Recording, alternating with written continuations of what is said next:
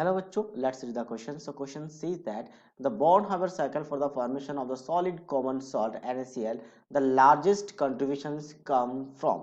जो largest contribution है वो कहाँ से आता है बेसिकली. सो सबसे पहले बॉर्न हाबर साइकिल की बात करते हैं. बॉर्न हाबर साइकिल क्यों सेटअप किया गया था? किसी भी आयनिक कंपाउंड का लैटिस एनर्जी को डिटरमाइन करने के लिए बेसिकली. अब लैटिस एनर्जी क्या होता है? So energy released when isolated gases atom is combined to form one mole of the ionic solid. यानी isolated gases ions combine करेंगे.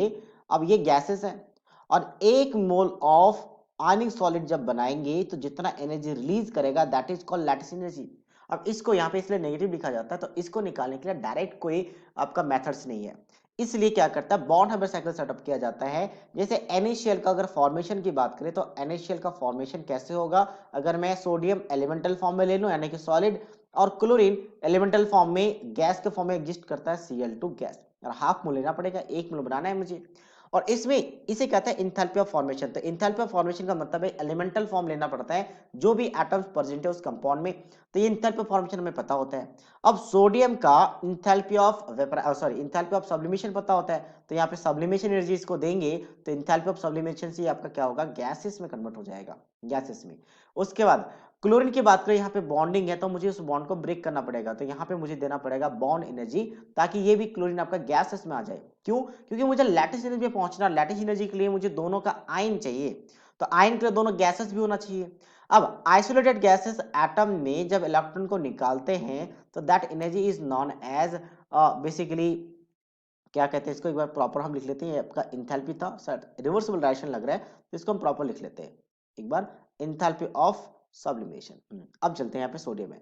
सो नेक्स्ट क्या बात कर रहे थे, इलेक्ट्रॉन जब निकालेंगे तो that is called as ionisation energy. तो इलेक्ट्रॉन यहाँ से निकाला गया है और उस इलेक्ट्रॉन को जब हम किसी भी एटम्स में गेन करवाते हैं तो that energy is known as electron affinity या फिर इलेक्ट्रॉन गेन इंथैल्पी. तो इलेक्ट्रॉन गेन इंथैल्पी ये आपके पास इजी कह सकते हैं शॉर्ट में.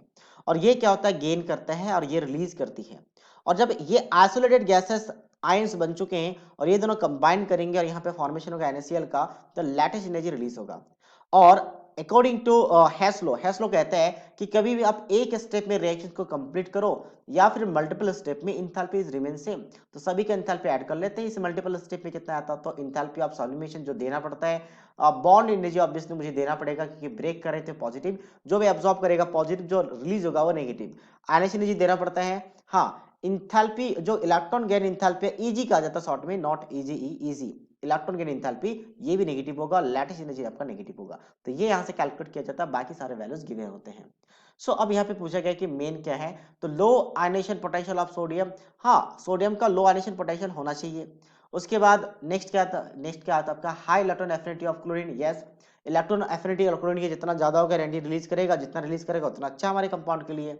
नेक्स्ट क्या था, low enthalpy of operation of sodium. तो ये भी सही है क्योंकि जो एब्जॉर्ब करता हम चाहेंगे कम से कम देना पड़े, तो इन आयनेशन एनर्जी एब्जॉर्ब करिए तो लो होना चाहिए, ये भी फेवरेबल कंडीशन है.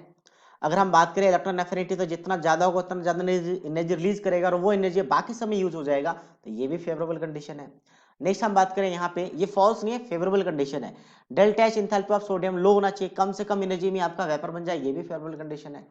तो लैटिस एनर्जी की बात करते हैं तो ये भी आपका फेवरेबल कंडीशन है. तो लार्जेस्ट कंट्रीब्यूशन यहां से आता है कि कंपाउंड जब बनेगी तो मैक्स टू मैक्स एनर्जी जितना ज्यादा रिलीज करेगी उतना बेटर कंपाउंड स्टेबल होगा, क्योंकि हम गैसेस से सॉलिड जा रहे हैं.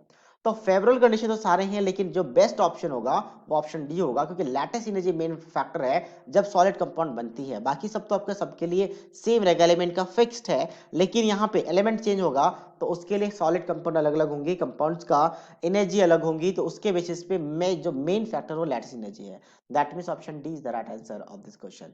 सो I hope you understood it well. All the best.